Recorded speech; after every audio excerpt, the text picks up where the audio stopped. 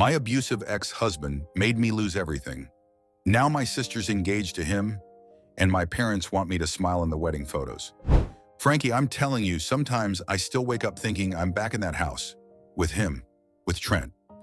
It started like a bad dream that pretended to be a fairy tale. I was 26 when I met him, thought he was charming, funny, a little rough around the edges. But aren't we all? I wasn't looking for a love story. I was working 2 jobs, keeping my head down, just trying to keep my life stable after years of chaos. And Trent? He made it seem like I could breathe again, like maybe, just maybe, I could have something steady, something real. Then I found out I was pregnant. I didn't even get a second to process it before Trent pushed for marriage. Said it was the right thing to do, that he wanted to be a man about it. Said all the right things, told me he loved me, that we'd be a family, that he'd step up. So I married him, because back then, I thought love meant sacrifice, and I was so damn ready to sacrifice for someone. But once that ring was on my finger, the man I thought I married disappeared. Gone was the sweet, supportive guy who rubbed my back and kissed my forehead. In his place was a cold, mean stranger who drank too much, gambled too often, and blamed me for everything wrong in his life. I was 6 months pregnant and working full-time while he blew rent money at poker tables. I was scrubbing the floor after long shifts while he screamed at a video game, calling me useless because I bought the wrong brand of cereal. And every time I tried to talk about it, to tell someone, even hint that I wasn't okay, he'd do this thing, get real quiet, look me dead in the eye and say, "You're lucky I'm still here. No one else would want you." Frankie, I believed him. Then came the night I'll never forget. I started bleeding, bad, sharp pain, a gush down my leg, and pure terror. I begged him to take me to the hospital. He was drunk, half watching some game, and just waved me off. Told me I was being dramatic, that I needed to calm down. I don't know how I did it, but I grabbed my keys and drove myself. Lost the baby that night, alone in a sterile hospital room, clutching my belly like maybe if I held tight enough, something would change. Trent didn't even come. When I called him crying, he told me, and I'll never forget his words, "God took that baby from you because you don't deserve one." And I still went home to him, still tried to make it work. I was grieving, and he made me feel like I had no right to. That last night, I was packing a bag, quiet, methodical, heart pounding in my chest. I had finally found the courage to leave. I'd stashed some money, had a friend waiting a few miles out. I was ready. He caught me, the rage in his face. Frankie, I swear I saw death in his eyes. He beat me, threw me into the wall so hard I thought my spine cracked, ripped the phone out of my hand and locked me in the bedroom. I was trapped. He passed out drunk on the couch hours later. That's when I made my move. Climbed out the window barefoot, limping, banged on the neighbor's door until they let me in, and I called the police. He got arrested, spent a couple of nights in jail, slap on the wrist, some anger management class. But I got out, I got divorced, started therapy, started breathing again. It took 2 years to put my life back together. 2 years of unlearning the lies he planted in my head. 2 years of healing my body, my heart, my spirit. And just when I started to believe I could be okay again, just when I found steady ground, I got a text from my younger sister, Marissa, a picture of her hand, a diamond on her finger. Captioned, he asked. I said yes. Can't wait to marry my soulmate. The man in the background of the photo? Trent. Yeah, my abuser, my ex-husband. The man who told me God took my baby because I didn't deserve it. She knew everything. I told her everything after I left him. Every bruise, every cruel word. She cried with me on the phone, said she'd kill him if she ever saw him again. Now she was marrying him. Frankie, I thought I was going to throw up right there in my kitchen. My legs gave out. I remember crawling to the bathroom and just dry heaving over the toilet. Because what kind of person does that? What kind of sister does that? But the worst part, the absolute worst part, was when I called my parents. And they already knew. They knew Frankie, and they supported it. Said Trent had changed, found God, got a steady job, that Marissa deserved happiness, and I should be happy for her too. Happy? For her? I told them he beat me. They shrugged. I told them about the hospital visit, the miscarriage. They said I was being dramatic, just like he did. And then they asked me to be a bridesmaid. That's when I knew. I didn't lose just my child or my marriage. I lost my family too. But what Marissa did next, that shattered what was left of me. You know what hurts more than getting hit, Frankie? Being betrayed by the people you thought would stand beside you when it happened. After that call with my parents, I sat in my apartment for hours, just staring at the wall. I didn't cry. I didn't scream. I think I was too numb, like my body had just shut off. Because how do you even process something like that? Your own sister marrying your abuser, and your own parents cheering it on. I texted Marissa, thinking, hoping there had to be some kind of mistake. Maybe she didn't really know it was him. Maybe it was some cruel joke. But when she finally answered, all she said was, "He's not the same man anymore. You need to let the past go." Let the past go. Frankie, I bled in that past. I lost a baby in that past. I almost lost myself. I told her he beat me. He told me I was worthless. He let our baby die. You know what she said? "You were always too dramatic. You just couldn't handle a real relationship." I wish I were making that up. Then, as if to twist the knife, she said, "Maybe he just needed a real woman, someone who could actually give him a family." I dropped my phone, just dropped it right onto the floor like it was burning my hand. That woman, that girl I used to braid hair with, sneak out to the movies with, whisper secrets to at night. She looked at everything I went through and decided she could do better. Decided she could fix the man who nearly broke me. My parents, they doubled down, said I was being selfish, that maybe I was still hung up on him, that I was jealous. Frankie, jealous? Of what? Of the same trap I barely escaped with my life? That's when I decided, no more. I printed every record I had, police reports, hospital documents, screenshots of his texts where he threatened me, pictures of bruises I never wanted to remember. I showed them all, laid the truth bare in black and white. You know what my parents said? He told us you faked all that you were mentally unstable, that you were trying to ruin his life after he left you. And then, get this, my mom actually had the nerve to ask me to apologize to Marissa, apologize to her for not supporting her happiness. I cut them off that day, all of them. I blocked their numbers, shut off the bank account I'd been using to help pay my parents' bills, and walked away. And Frankie, let me tell you, walking away from your own blood, it doesn't feel like freedom at first. It feels like dying. I grieved them like a death, grieved the parents I wished I had, the sister I thought would never betray me. But I survived that grief, and somewhere in that darkness, I started rebuilding. I found a new therapist, got a better job, found a little apartment with big windows and a view of nothing but sky. I started sleeping again, eating again, laughing again. And then I met Elijah. He was nothing like Trent, gentle where Trent was sharp, soft-spoken but present. He asked me questions, listened to my answers. He never pushed, never pried, just held space for me, for my pain. It took months before I could even let him touch me without flinching, but he waited, patient and kind, like he already knew I was worth the wait. Life was finally good again. And then, 2 weeks before the wedding, I got another call. From Marissa. This time she was sobbing. Trent had cheated. Not just once. He'd been cheating the whole time. She found texts, videos, a hidden email account. He didn't even deny it. Just told her she knew what she signed up for. The wedding was off. She spiraled, relapsed. My mom called me in a panic, begging me to come help. Said Marissa was hurting, that she needed her sister, that they couldn't do this without me. And Frankie, maybe a part of me wanted to go. Wanted to be the bigger person, wanted to believe they finally saw me, finally believed me. But then I remembered, when I was hurting, they told me to be quiet. When I was bleeding, they said I made it up. When I needed my family, they gave me to a monster. So I said no. I said, she chose him. You all did. Now live with it. I hung up. I cried. I held Elijah's hand and let the weight of it all wash over me again. But this time, I didn't drown. Because this time, I wasn't alone. I didn't go to the wedding because there was no wedding. I didn't go to the hospital because she never came for me when I was lying in one. I didn't go home because I am home now, in my own peace, in my own truth.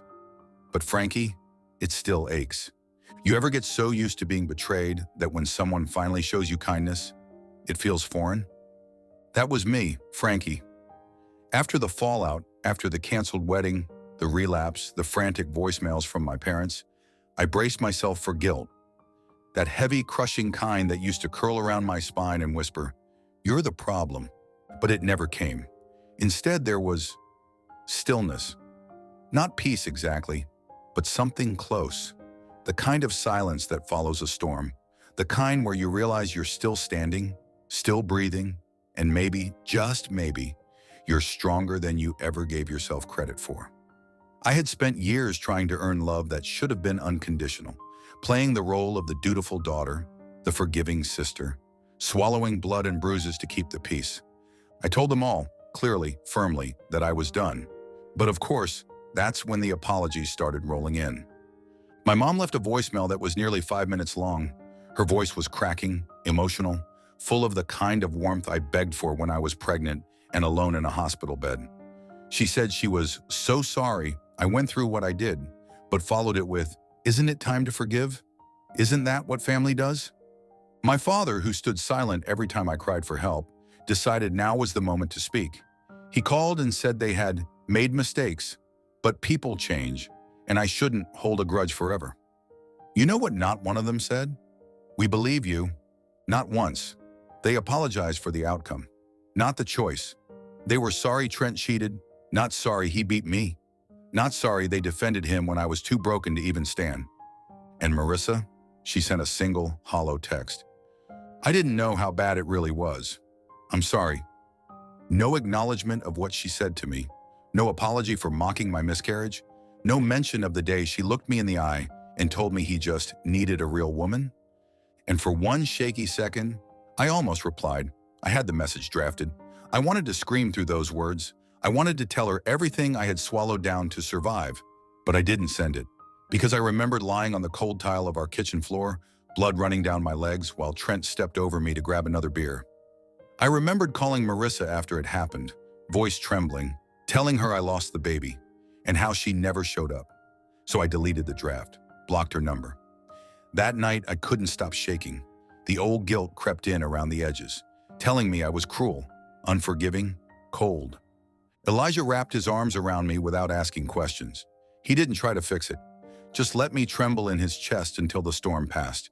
And when it finally did, I whispered through my tears, "I feel like I don't have a family anymore."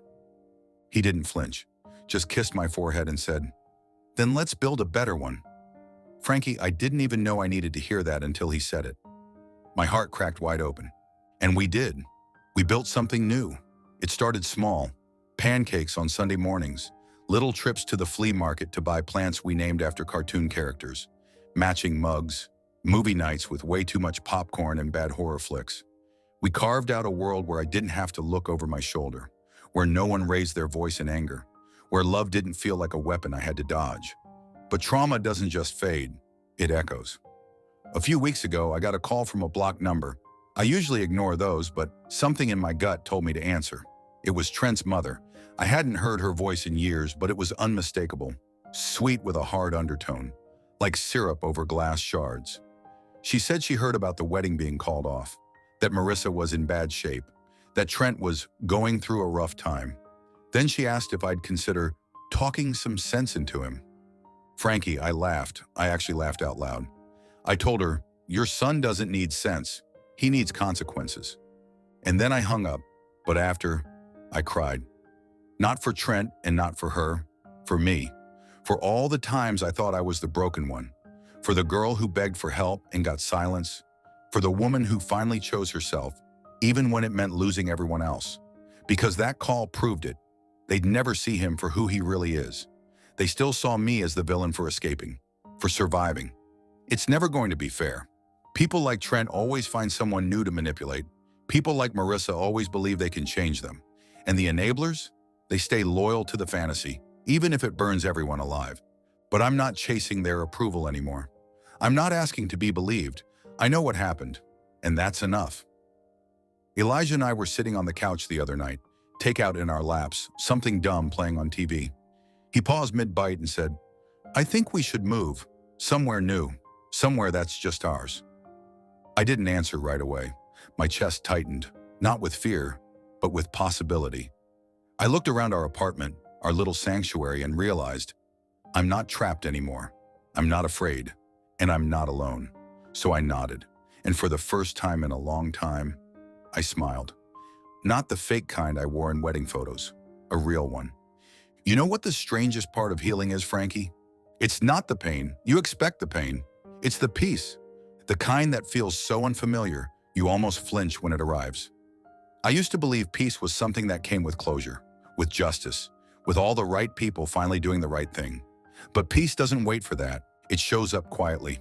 In the mornings when your breath feels light again, in the soft clink of coffee mugs, in the way your dog's paws stretch toward the sunbeam on the floor, in the realization that no one is yelling, no one is slamming doors, and you're not walking on eggshells in your own home.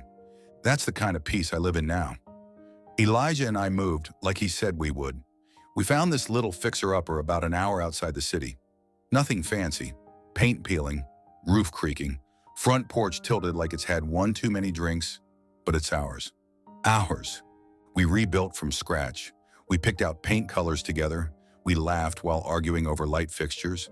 We planted a tree in the backyard. It's just a sapling now, but one day it'll tower over us, shade our home, and remind me that things do grow again, even after the soil's been scorched. We adopted a rescue dog. Her name's Sage. She's a pit lab mix with one ear that flops down and the other that sticks straight up like she's always listening. She sleeps at my feet while I write in the mornings, snorts in her sleep, and has this uncanny ability to know when I need comfort. She's more family than most of my actual family ever was. I work less now. I'm not chasing promotions or perfection anymore. I freelance, I write. I even started painting again. Just little pieces, nothing fancy. But when I hang them on our walls, they make me feel proud, like I've taken back ownership of my own story. Then, about 3 weeks ago, I got a letter in the mail. No return address. My name was written in slanted handwriting that I knew too well. Marissa. I stared at it for a long time before opening it. My hands were shaking, not from fear, but from the weight of everything I'd never gotten to say.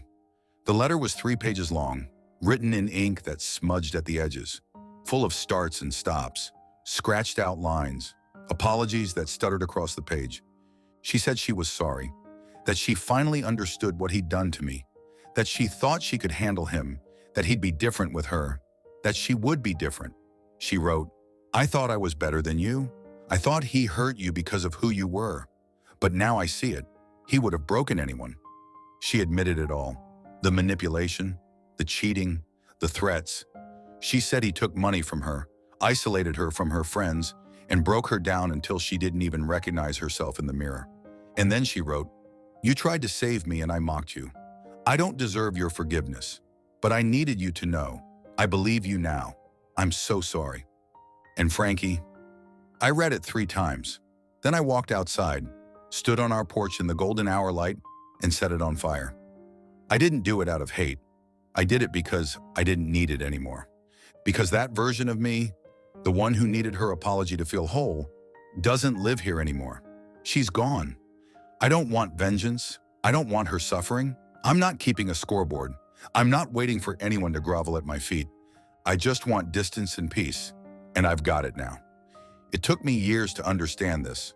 Some people don't deserve a second chance. Not just abusers, but the ones who handed them the keys, the ones who looked the other way, who called you crazy while you screamed for help, who loved your silence more than your truth. My parents sent a message a few days after the letter, some thinly veiled olive branch. "We'd love to talk. It's time to reconnect. We miss you." I read it, sat with it, let it marinate. Then I deleted it. No fanfare, no long speech, just gone. Because when you walk through fire, you get to decide who's allowed on the other side with you. And Frankie, on this side of the fire, I have a life that feels like mine for the first time in forever. I have Elijah, a man who doesn't raise his voice, who touches me like I'm something sacred. He doesn't flinch when I cry in the middle of dinner. He doesn't ask me to be over it. He asks, "What do you need right now?" And he means it. We're talking about starting a family. At first, I wasn't sure. After everything, the miscarriage, the trauma, I didn't know if I had it in me, if I could survive that kind of vulnerability again. But one night, I was watching Elijah hold Sage in his arms like she was a baby. dancing around our kitchen while pancakes burned on the stove. And I felt it. Not fear, but hope. I looked at him and thought, maybe this time, I'll get to be the kind of mother I always wanted to be. The kind who isn't scared every second. The kind who isn't surviving a war behind closed doors. The kind who gets to raise her children in a home full of light. Frankie, I won't lie and say I've got it all figured out. There are still scars. There are still nights where my chest tightens for no reason, where my body remembers things my mind has worked hard to forget. But I'm here. I survived the worst parts of my story, and now I'm writing the best ones. In my own words, with no apologies. If you made it this far, thanks for writing with me. If you love real, messy, emotional stories like this, go ahead and hit subscribe. There's always another confession waiting in the backseat.